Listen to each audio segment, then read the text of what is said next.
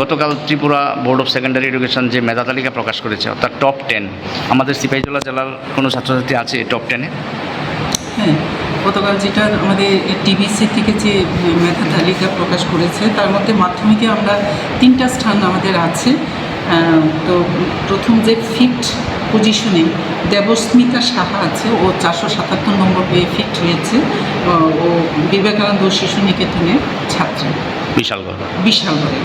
আর আরেকজন আছে বীরবন্ধু English medium high স্কুলের 6th পজিশনে আছে ও মনীষ দাস, ও 475 নম্বর পেয়েছে, 6th পজিশনে আছে। আর আরও একটা মেয়ে পেয়েছে নলছড়া হাই স্কুলের মুক্তা দেবনাথ, ও 8 হয়েছে, 471 নম্বর পেয়ে।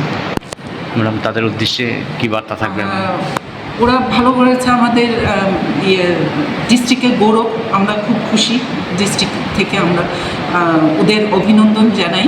ওরা আরও ভালো করে পড়াশোনা করুক, এটা তো মাধ্যমিক শুরুয়াত। ক্লাস 12-এ যাতে ওরা তাদের যে এই কৃতিত্বের যে ধারাটা সেটা যাতে তারা রাখতে পারে, 12-এ গিয়েও যাতে তারা সেরকম টপ 10-এর মধ্যে থাকে, এটাই আমরা চাইব। সেরকম এইভাবেই যাতে ডিস্ট্রিক্টের সুনামটা বজায় রাখে। ম্যাডাম, মানে গত বছর কি মানে টপ 10-এর মধ্যে ছিল সিপাহীজলা জেলায় কেউ? সিপাহীজলা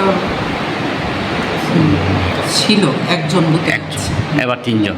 এইবার 3জন। ম্যাডাম, দ্বাদশে কেউ নেই? দ্বাদশে না, এখন পর্যন্ত তো জানা নেই। দ্বাদশে তো মানে রেজাল্টগুলো খুব ভালো। দ্বাদশের রেজাল্টটা তো ভালো, মাধ্যমিকের থেকেও 12-এর রেজাল্ট আমাদের ভালো। আমাদের ডিস্ট্রিক্ট খুব সম্ভবত প্রথম হয়েছে, আমি যতটুকু জানতে পেরেছি। রেজাল্টটা ভালো, তবে হয়তো টপ 10-এর মধ্যে স্থানটা তারা নিতে পারেনি। Thank you madam. প্রত্যেকের জীবনের স্বপ্ন থাকে পড়াশোনা শেষ করে কর্মজীবনে প্রতিষ্ঠা পাবার।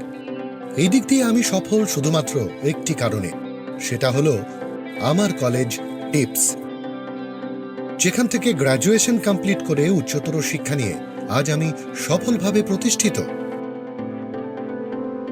টিপসে পড়াশোনা ছাড়াও নিজেদের কেরিয়ারে কিভাবে অনেক বেশি মাত্রায় সুযোগ পাওয়া যায় তার সবকিছুই হাতে কলমে শেখানো হয়।